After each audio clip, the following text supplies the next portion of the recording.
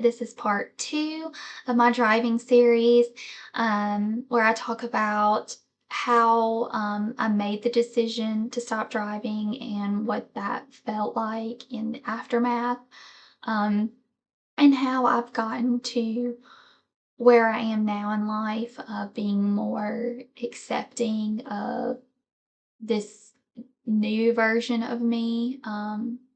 So yeah. Okay, so starting where video 1 picked up, I'm sorry, or left off, I should say. Um, I stopped driving in August of 2021. Those first few months were pretty good, actually. I was content with the decision that I had made, because I felt relieved to not be behind the wheel and fighting those fears and anxieties that I'd been feeling earlier that year. So it was a nice reprieve from it all. Um, and I think one of the reasons I'd felt that way is because I thought me giving up driving was just going to be a temporary situation. Like I'd mentioned in the previous video, the plan was to go to therapy, try to talk through these fears and anxieties, and hopefully get back behind the wheel.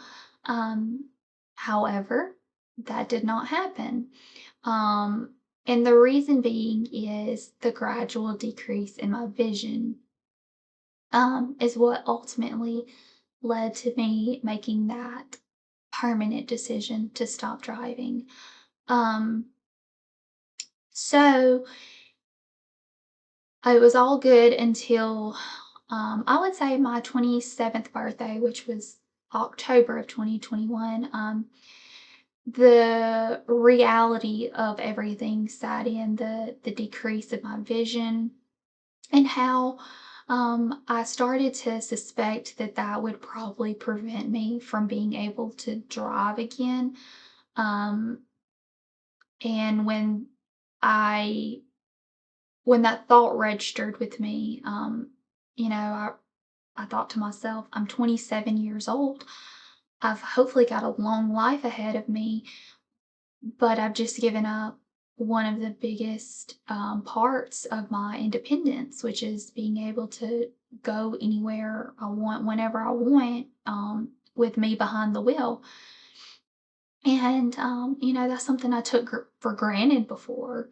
Um, but, realizing that, oh my goodness, I'm not gonna have that anymore. And just all the fear and the anxiety of not knowing what that meant for my life moving forward and how I would even um, carry out the day-to-day responsibilities that I needed to complete, because while all of this is going on, I'm also a new wife, with my husband, helping him establish a home and create a routine. Um, And so I had that role I was trying to fulfill at the same time. And here I am, not being able to drive anymore. And so, on top of the fear of the unknown of what was going on with my eyes, and is this not driving thing going to be a permanent thing in my life? Um, I was starting to feel more like a burden and less like a partner to my husband as a result of the not driving and my vision getting worse, because he was having to now um, take on those roles, those responsibilities of um, being my chauffeur, of driving me to school and helping me arrange getting back home, and also at in crowded places at night, helping me navigate, being my quote unquote guide person, I should say. um and doing the errand running and the grocery shopping and all of that stuff. And so, very quickly, I went from feeling like a wife to a burden. And I want to emphasize that that was me who made me feel that way, not my husband.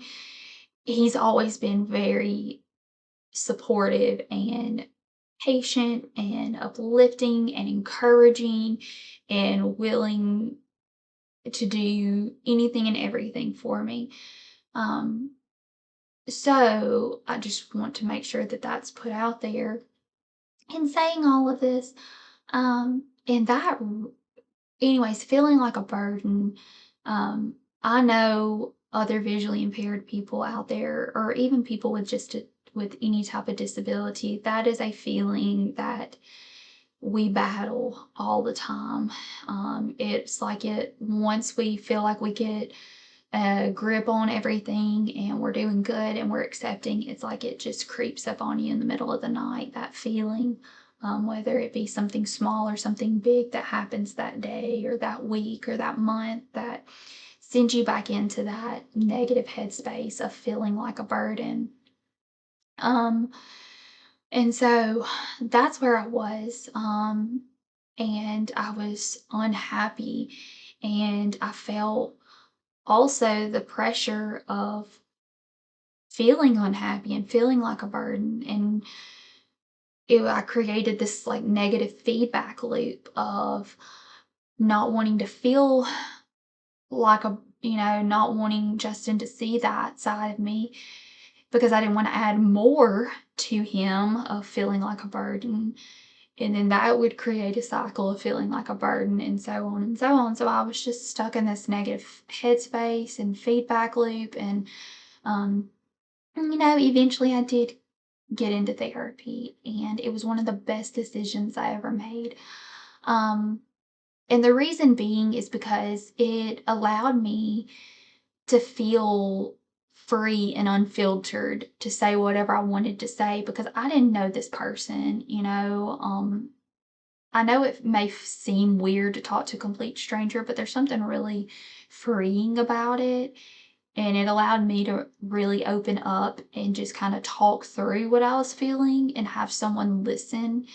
Um, Knowing that they're not judging me. Not that I feel like anyone I would have talked to, family, friend wise, would have judged me, but it just felt good that I could put that on someone I didn't know versus someone I loved. So,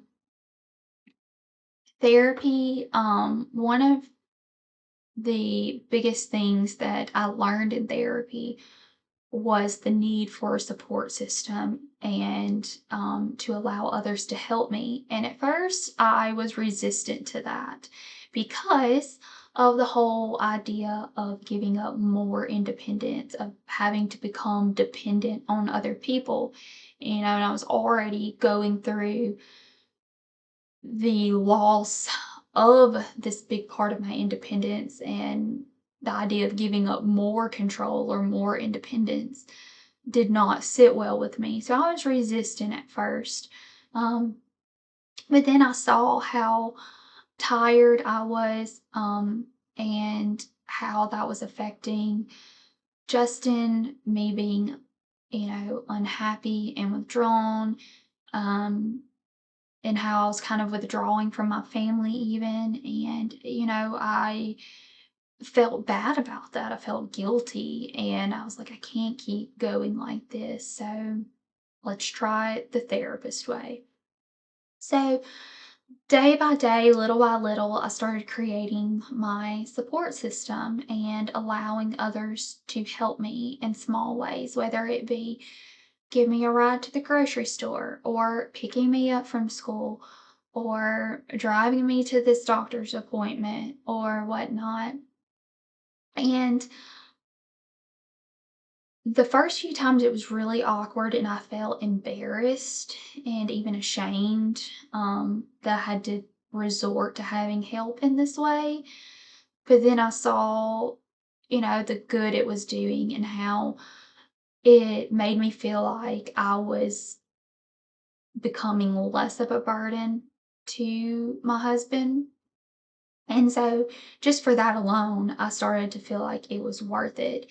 And, as I became more practiced and familiar in letting others in, um, it became easier to talk about. It became easier to accept help. Um, and with that, I was able to create this really strong support system, and a support system that would bend over backwards to help me, and that is um, gone above and beyond to um, make their homes and accessible for me, and has done this research to help me connect with other resources, helping me find um, like the YouTube people that helped spark what I'm doing now, Sam with the Blind Life and Cindy with Seeing Blind, or even Molly Burt. Um, Watching those people and also getting connected with other resources and realizing that, I'm not alone in this. There's a lot of other people out there who are going through the same thing or something similar. And um, there's no need to be ashamed in it. It's not like I could help what happened to me. And just because I may not see as well as I used to, doesn't make me any less of a contributing human being. And that was one of the things I was really worried about. Did I come to this level of acceptance overnight? Absolutely not. This was pretty much a year or more of a journey through therapy and practicing these steps of creating a support system and asking for help, and accepting help, that I've gotten to the point that I am. And one of the ways that I started to become more accepting of it is just the fact that I was tired of hiding from the world. I was tired of um not getting out and doing things like I used to, and I was I was tired of being unhappy. And I've always been a very determined person, so I was determined to um, try looking at things in a positive way and putting myself out there. So that's what's led me to talking to you now on the computer. And one of the things that took me a while to realize is that, your quality of life greatly depends on how you choose to see your life. And that's where the name for this channel came from. You can choose to see life in a negative light and be mad at the world and be mad at your situation. And I say that because I was there, I've been there.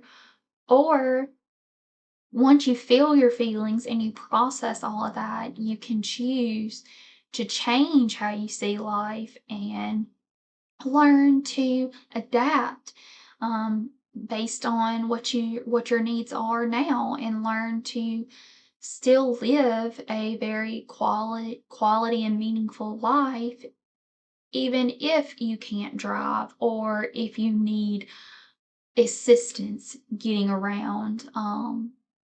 You're still a valuable human, is what I want to say to you. And so I'm going to wrap it up there. Um, and I'm hoping that even if it's just one person that this video touches, then it has done its job, because I know I'm blessed to have an amazing support system now. I know um, that I'm blessed to have this platform and to have um, an optometrist for a husband who can connect me with great resources and who understands me as best as another human can, who doesn't deal with vision loss. And so I want to pay it forward and offer my story up as inspiration, or even just a connection to someone who's feeling alone and feeling like they don't have someone to lean on or that understands them. Know that you're not alone. And that I'm here for you. Um, and if you have any questions about anything I've touched on, please don't hesitate to leave a comment.